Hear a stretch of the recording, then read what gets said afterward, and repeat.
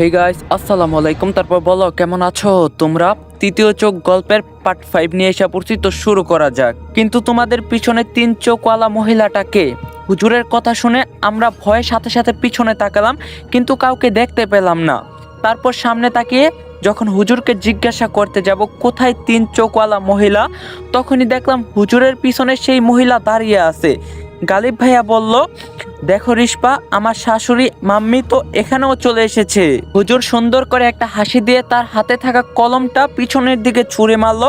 কলমটা সাদা একটা চিকন সুতার মতো হয়ে গেল এবং পিছনে থাকা আমার মায়ের রূপ ধরা সেই পিচাসটাকে পেঁচিয়ে ফেললো।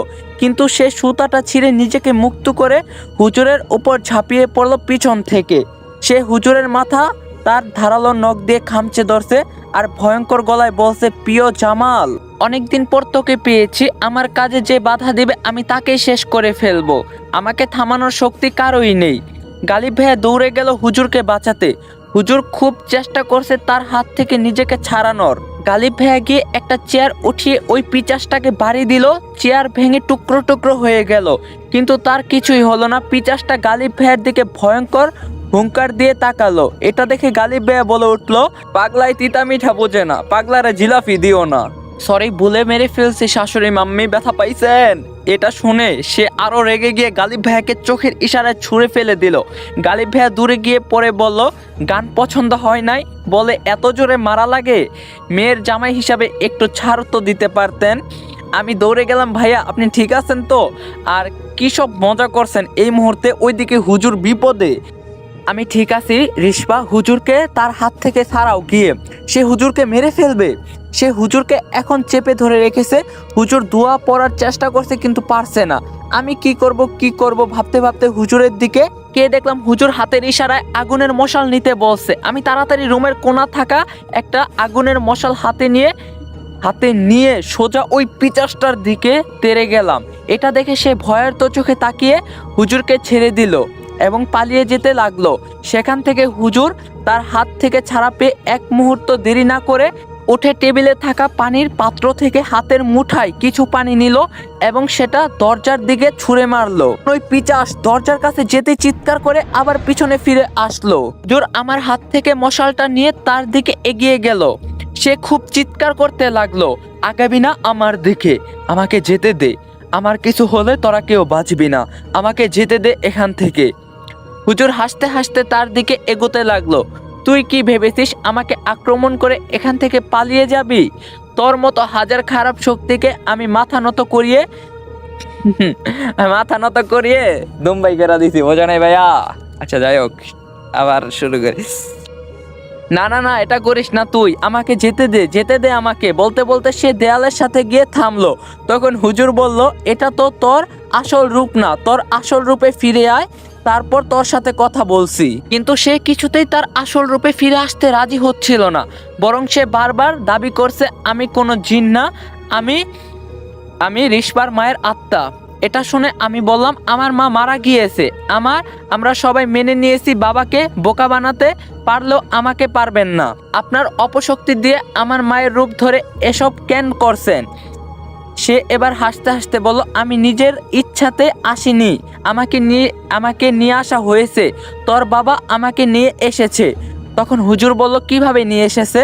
আর কেনই বা তিনি তোর মতো শয়তানকে ডেকে এনে নিজের সন্তানদের হুমকির মুখে ফেলবে?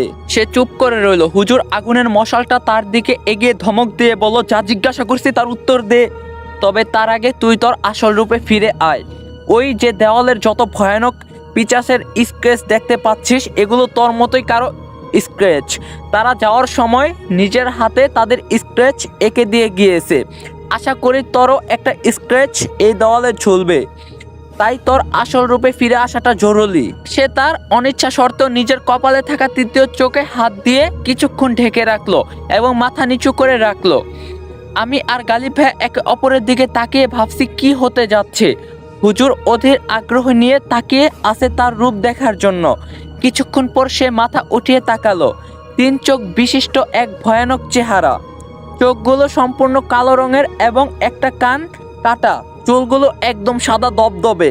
মুখের চামড়া বৃদ্ধা মানুষের মতো গুছে গিয়েছে। আলিফ ভাইয়া বলল, এই চেহারা তো আয়না তো সাপোর্ট করবে না মনে হয়, মুখ ফিরিয়ে নিবে। আমার যদি এমন চেহারা হতো তাহলে পায়ের বদলে মুখে মোজা পরতাম। জিন জগতে কেউ পাত্তা দেয় না, ওই জন্যই পৃথিবীতে এসে রিশপার বাবার সাথে লাইন মারতে চাচ্ছেন। এখন হুজুর বলল, একটু অপেক্ষা করো গালিব, আমি একে চিনি, ওর সাথে আগেও দেখা হয়েছিল আমার। ওর নাম হাবিত্রা। সে তার মোটা গলা বলা শুরু করলো, হ্যাঁ আমার নাম হাবিত্রা, আমার বয়স 4500 বছর। আমি এমন একজন জিন, যখন মানুষ তার সবচেয়ে প্রিয় মানুষকে হারায় তখন তার উপর ভর করে তাকে ওই বিশ্বাসটা করতে বাধ্য করি যে চাইলে সে তার প্রিয় মানুষকে ফিরিয়ে আনতে পারে। এমন জিন নিয়ে আমাদের একটা বিশাল দল আছে। আমাদের দলের চিহ্ন হলো তৃতীয় চোখ। আমাদের দলে যত জিন আছে সবার চোখ 3টা করে। এভাবে অনেক মানুষকে ধোঁকা দিয়েছি আমরা। এবার রিশপার বাবার পালা। তখন আমি বললাম, আর কাউকে পেলেন না? আমার বাবাকেই কেন? বাবা পর্যন্ত সীমাবদ্ধ রাখেননি, বরং আমাকেও বিরক্ত করছেন খুব। আমার ভাইয়ারও কোনো খোঁজ নেই, তার সাথে কি করছেন? তখন সে বলল, যখন কোনো মানুষ মারা যায় তখন আমরা তার কবরের কাছে গিয়ে অপেক্ষা করি। মৃত ব্যক্তির জন্য যে বেশি কান্না করে আমরা তাকেই টার্গেট করি। ওই জন্যই মানুষ মারা গেলে অন্তত কবরের সামনে গিয়ে কান্না করা ভালো না, এটা মানুষ বোঝে না। যেদিন তোর মা মারা গেল সেই দিন আমি গিয়ে অপেক্ষা করছিলাম কবরের কাছে। তোর বাবা অনেক কান্না করতে দেখছিলাম, তাই আমার টার্গেট সেই হলো, এবং তাকে বুঝাতে সফল হলাম যে সে চাইলে তার প্রিয়তমাকে ফিরিয়ে আনতে পারবে। সে ধোঁকায় পড়ে গেল, আর আমি প্রতিদিন রাতে তার সাথে যোগাযোগ করতে লাগলাম তোর মায়ের রূপ ধরে। এই পর্যন্ত বলে সে থামলো। হুজুর তাকে জিজ্ঞাসা করলো, হাবিত্রা, তোকে আমি সুযোগ দিয়েছিলাম আগের বার, তুই বলছিলি ভালো হয়ে যাবি, কিন্তু তুই তো আবার নতুন করে শয়তানি শুরু করছস। মানুষকে এভাবে তার প্রিয় মানুষের ফিরে আসার লোভ দেখিয়ে ধোঁকা দিলে তোর লাভ কি? তুই কি শুধু আনন্দ উপভোগ করার জন্যই এসব করছিস, নাকি অন্য কোনো কারণ আছে? হঠাৎ সে মুখ তুলে ভয়ঙ্কর একটা হাসি দিল আর বলল, বিনা ফায়দায় এসব কাজ তো অবশ্যই করি না, কিন্তু একটা ফায়দা তো আছেই। এটা বলার সাথে সাথে একটা ধমকা হাওয়া হুজুরের হাতে থাকা মশালটা নিভে গেল, এবং সে ভয়ঙ্কর হাসি মুখে আমাদের সামনে থেকে একটা ছায়া হয়ে দ্রুত গতিতে চলে গেল। তখন গালিব ভাইয়া বলল, এটা কি হলো হুজুর? মশাল নিভলো কেন, আর সেই বা গেল কোথায়? হুজুর বলল, তাকে সাহায্য করার জন্য এখানে অন্য কেউ এসেছিল, সেই তাকে বাঁচিয়ে নিয়ে গেল। সবকিছু জানতে পারার আগেই সে চলে গেল, তবে আমি খুঁজে বের করবই হাবিত্রার ফায়দা কি এসব করে। তখন আমি বললাম, কে এই হাবিত্রা হুজুর? আপনি তাকে কিভাবে চিনেন? আগের বার কি করছিল যে তাকে সুযোগ দিয়েছিলেন? হুজুরের হাতে থাকা নিভে যাওয়া মশালটা অন্য জ্বলন্ত থাকা মশাল থেকে জ্বালিয়ে নিল এবং আগের জায়গায় নিয়ে রাখলো। তারপর গিয়ে তার চেয়ারে বসে আমাদের বসতে বলল। আমরা গিয়ে বসলাম এবং হুজুর বলা শুরু করলো, আমার বাবা ছিল একজন কবিরাজ, জিন ধরা রোগীর চিকিৎসা করে তাদেরকে সুস্থ করে তুলতো। অনেক দূর দূরান্ত থেকে মানুষ তার কাছে চিকিৎসা নিতে আসতো। এগুলো করতে করতে বাবা কিভাবে যেন বুঝতে পেরেছিল সে আর বেশি দিন বাঁচবে না, তাই আমাকে তার জানা সব কিছু শিখাতে শুরু করলো আস্তে আস্তে। না কবিরাজি করার জন্য না, বাবা জানতো সে মারা যাওয়ার পর আমাদের উপর অনেক খারাপ শক্তি প্রতিশোধ নেওয়ার চেষ্টা করবে। যেসব জিনদের বাবা শাস্তি দিয়েছে সাধারণ মানুষকে বিরক্ত করার জন্য, সেসব জিন বাবার মৃত্যুর পর অবশ্যই আমাদের ক্ষতি করার চেষ্টা করবে, তখন যেন আমি তাদের হাত থেকে নিজেকে এবং আমার পরিবারকে রক্ষা করতে পারি। তাই এসব আমাকে শিখিয়ে যাচ্ছিল। অবশেষে বাবা একদিন সত্যি সত্যি চলে গেল আমাদের ছেড়ে। আবার সন্দেহ অনুযায়ী সেই জিনরা আমাদের বিরক্ত করতে লাগলো দিনের পর দিন। তাদের মাঝেই ছিল হাবিত্রা। কুষ্টিয়া থেকে একটা জিন ধরা ছেলেকে নিয়ে আসা হয়েছিল। বাবা যখন বেঁচে ছিল ওই ছেলেটার উপরে ওই হাবিত্রা ভর করছিল। তখন বাবা হাবিত্রার খারাপ ব্যবহারের জন্য তার একটা কান কেটে দিয়েছিল। সেই জন্য সে বাবার উপর সবচেয়ে বেশি ক্ষিপ্ত ছিল। বাবাকে কিছু করার ক্ষমতা ওদের কারোরই ছিল না। বাবা মারা যাওয়ার পর ওই হাবিত্রাই আমাদের সবচেয়ে বেশি ক্ষতি করার চেষ্টা করছে। তখন আমি বাবার শিখানো অনুযায়ী সর্বোচ্চ চেষ্টা দিয়ে হাবিত্রাকে বন্দি করে নিয়েছিলাম। সিদ্ধান্ত নিয়েছিলাম ওকে মেরে ফেলবো, কিন্তু ওর হাত জোর করে ক্ষমা চাওয়া আর কাকুতি মিনতিতে ওকে মারলাম না। শেষবারের মতো একটা সুযোগ দিয়েছিলাম। তারপর থেকে সে আমাদের আর বিরক্ত করেনি কখনো, কিন্তু আজকে হঠাৎ আবার তাকে দেখতে পাবো ভাবতে পারিনি। সে এখন আবার এই নতুন কোনো শয়তানি নিয়ে ফিরে এসেছে। তবে সে একটা কথা ভালো বলছে যে কারো মৃত্যুর পর অন্তত কবরের কাছে গিয়ে কান্নাকাটি করতে নেই, এতে অনেক খারাপ জিনিসের নজর পড়ে যায়। গালিব ভাইয়া বলল, তাহলে এখন আমরা কি করব হুজুর? হাবিত্রা রিশপার বাবাকে টার্গেট করছে মানলাম, তাহলে ওর সাথে কেন এমন করছে? রিশপার কাছে কি চায় সেটাও তো ওর মুখ থেকে স্বীকার করাতে চাচ্ছিলাম, কিন্তু তার আগে সে পালিয়ে গেল। এখন আমাকে শুরু থেকে সবকিছু বিস্তারিত বলো, যা যা হয়েছে সবকিছু জানতে চাই আমি হুজুরকে প্রথম থেকে শুরু করে এই পর্যন্ত হয়ে যাওয়া সবকিছু বললাম। এটাও বললাম যে আসার সময় সেই কফিনটা বাসায় রেখে এসেছি। হুজুর সব শুনে একটু চিন্তিত হয়ে বলল, যা ভেবেছিলাম ব্যাপারটা তার চেয়ে বেশি ভয়ানক।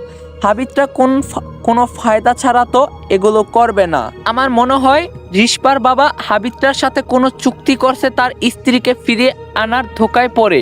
কিন্তু কি সেই চুক্তি, এটা তো হাবিবটাই বলতে পারবে। আমাকে এখন তোমাদের বাসায় নিয়ে চলো, সমস্যা যেখান থেকে শুরু হয়েছে সেখানে না গেলে সমাধান পাবো না। এই বলে হুজুর সাথে একটা ব্যাগ নিয়ে উঠে দাঁড়ালো এবং বের হওয়ার জন্য পা বাড়ালো। আমরাও হুজুরকে অনুসরণ করলাম, কিন্তু হঠাৎ তিনি থেমে গেলেন। গালিব ভাইয়া বলল, কি হলো হুজুর, থামলেন কেন? হুজুর আবার এসে চেয়ারে বসে ব্যাগটা রাখলো টেবিলে, তারপর বলল, হাবিবটা এখানে এসেছিল কার উপর ভর করে সেটা দেখতে হবে, রিশপার উপর নাকি গালিবের উপর। এই বলে হুজুর ব্যাগ থেকে একটা বোতল বের করলেন। বোতলটা এক ধরনের কালো পানিতে পরিপূর্ণ। দুইটা গ্লাস নিয়ে বোতল থেকে অল্প অল্প করে পানি ঢেলে নিল গ্লাসে।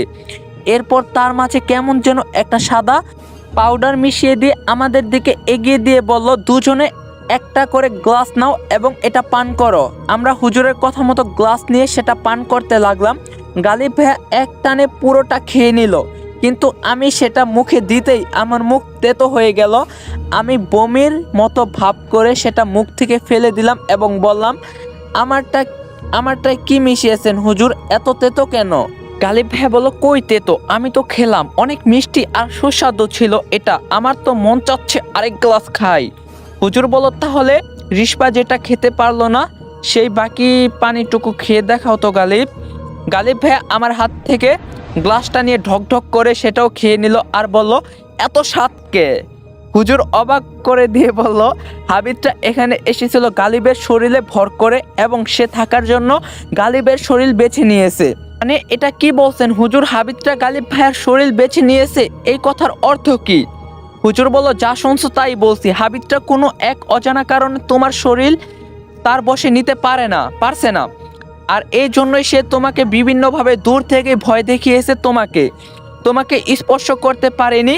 তাই গালিব যখন তোমাদের বাসায় যায় তখনই সে তার শরীর নিজের আয়ত্তে নিয়ে নেয় এবং সে গালিবের শরীর ভর করে এখানে এসেছিল। তবে আমি নিশ্চিত হাবিবরা ভাবতেও পারেনি এখানে এসে সে আমার মুখোমুখি হবে।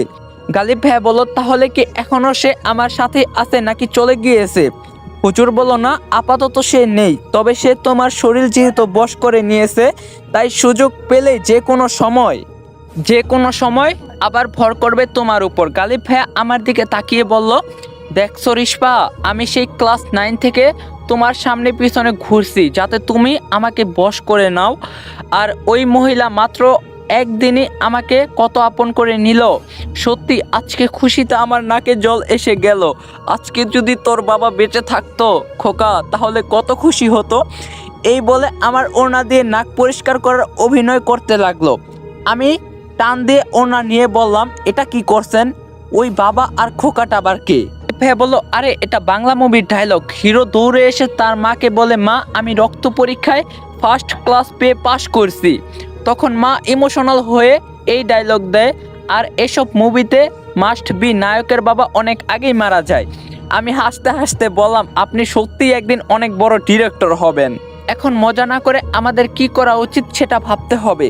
এই বলে হুজুরের দিকে তাকালাম, দেখলাম হুজুর মুখে হাসি নিয়ে আমাদের কথাগুলো শুনছিল। আমি বললাম, হুজুর এখন আমাদের কি করা উচিত? গালিব ভাইয়ার কোনো ক্ষতি করবে না তো সে? গাইস, আজকের পার্টটা এই পর্যন্তই। আমি খুবই ক্লান্ত হয়ে গেছি ভয়েস দিতে দিতে। তাও দেখা হবে পার্ট 6-এ। সবাই ভালো থাকো, সুস্থ থাকো। ভিডিওটা লাইক করে দিও, চ্যানেলে নতুন না থাকলে অবশ্যই চ্যানেলটা সাবস্ক্রাইব করে দিও। দেখা হবে কালকে, আল্লাহ হাফেজ।